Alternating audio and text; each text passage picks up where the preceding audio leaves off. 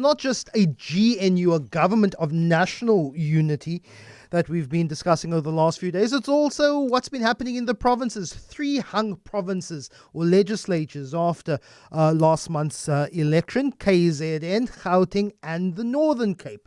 The Northern Cape has, I think, 30 seats.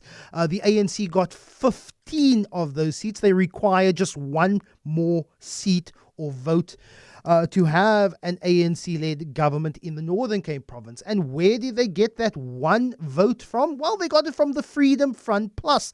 The Freedom Front said, we don't want any cabinet positions in the provincial government. We want a seat at the table of accountability. We would like some oversight on how the work is being done in the Northern Cape. But there are also reports, one from the Business Day and one from News 24, that there was also a proposal from Willem Boshoff, who is not Willem Boshoff, but from the Freedom Front Plus and their head in the Northern Cape, saying that we also want greater recognition for the town of Orania. Orania, the town that says there's exclusivity based on language and culture, and many see that as a proxy for simply meaning white and Afrikaans. Joining me now is Carel Willem Boshoff. Spoken to him many times, and it's a pleasure talking to you as always, Carel. I hope you've been well. But when we talk about greater recognition for the town of Orania, what is meant by that? You work on a principle of a town that's privately owned, the land, and you self-sufficient and you do things for yourself there. What would greater recognition of the town of Orania mean? Good morning, Lester and your listeners. I think this is a very interesting part of the broader South African picture that we are entering into when we localize some of the issues regarding the national question, if you want to call it like that. In Orania's case, it's a relatively small but significantly growing community, which address some of the issues regarding at least one part of the population of South Africa, and a greater recognition, or what we would call a normalization of our position in the bigger picture, is very important. From Orania's point of view, we would say that the social capital strategies of bridging and bonding, or bonding and bridging, are extremely important, both. And this is an instance of bridging. We need to bond to be able to bridge, and we need to bridge to be able to bond.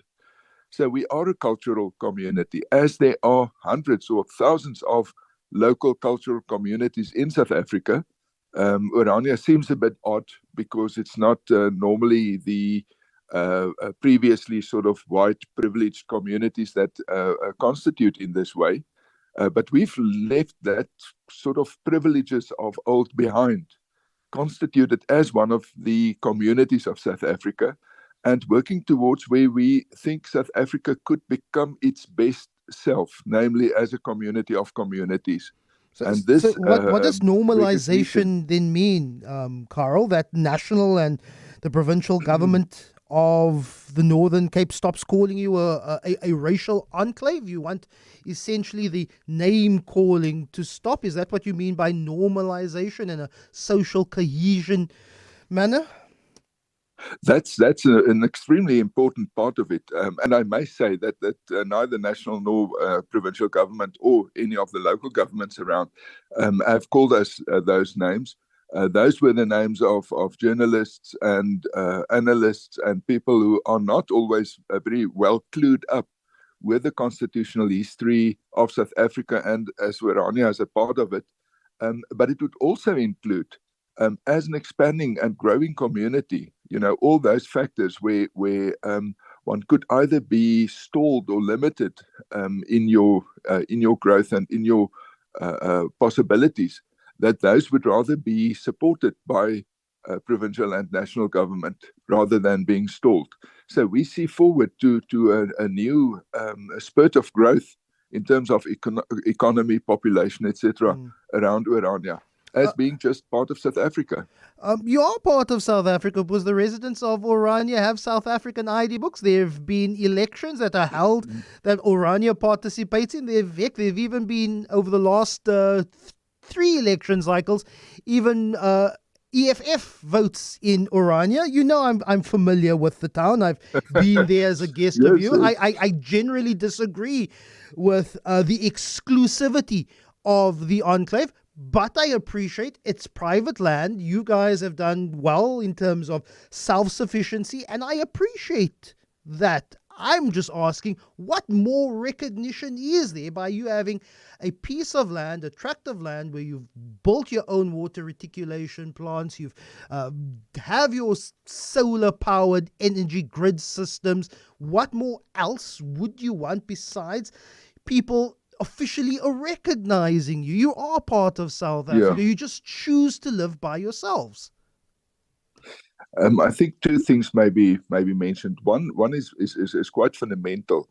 Part of South Africa, but which South Africa? The South Africa that operates in which way?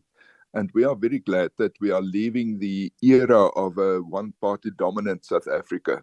I think it's a better South Africa we are entering into.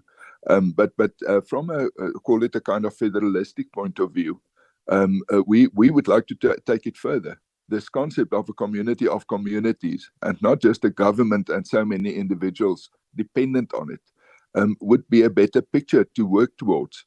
So we want to be part of that picture of a community of empowered communities that take responsibility in their own hands and take their own decisions.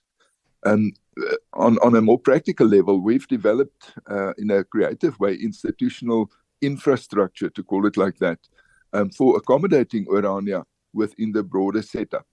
We've not by ourselves, by the government structures of the Northern Cape and South Africa, in a cooperation, we've created what we call an overlay zone, which affords us that kind of institutional capability of looking after our own affairs. And that's a very dynamic concept that could be used in other places for other communities as well, but which should be viewed in our case as a growing reality, accommodating this growing reality. Would a community of communities join up with other if other communities who identify as being white and Afrikaans set up a similar structure in the Western Cape, in the Free State, in Northwest? Is a community of communities exclusive to those communities who identify as white and Afrikaans? That's not, in fact, what I had in mind now, though it might be possible. What I had in mind is in the Northern Cape, there are traditional communities. Think of Komagas, think of Extian, is it Extian Skuil? And there are other Afrikaans-speaking and non-Afrikaans-speaking communities in South Africa that could really take note of what we are doing in terms of self-development and self-reliance, who have reached out to us. And who may take over some of these concepts and institutions that we are creating. So it's not at all limited to Afrikaans-speaking white people in South Africa. It's a way of viewing the diversity that we are addressing, and which seems to be an inalienable part of the South African reality. Carel Boshoff, really appreciate your time. Thank you so much for joining us, and I hope you remain well. As I've known you on a professional basis for quite some time. I've visited Orania. I cannot begin to agree with the ethos on which the town is established, but I appreciate you always being available and ready to talk and communicate. And you're right. I think we hopefully on bridging a bridge of dialogue and conversation, even though we can fundamentally disagree on our politics. I appreciate always your contribution and willingness to be on the show. Carel Boshoff speaks for the Orania movement, and I like your thoughts on it.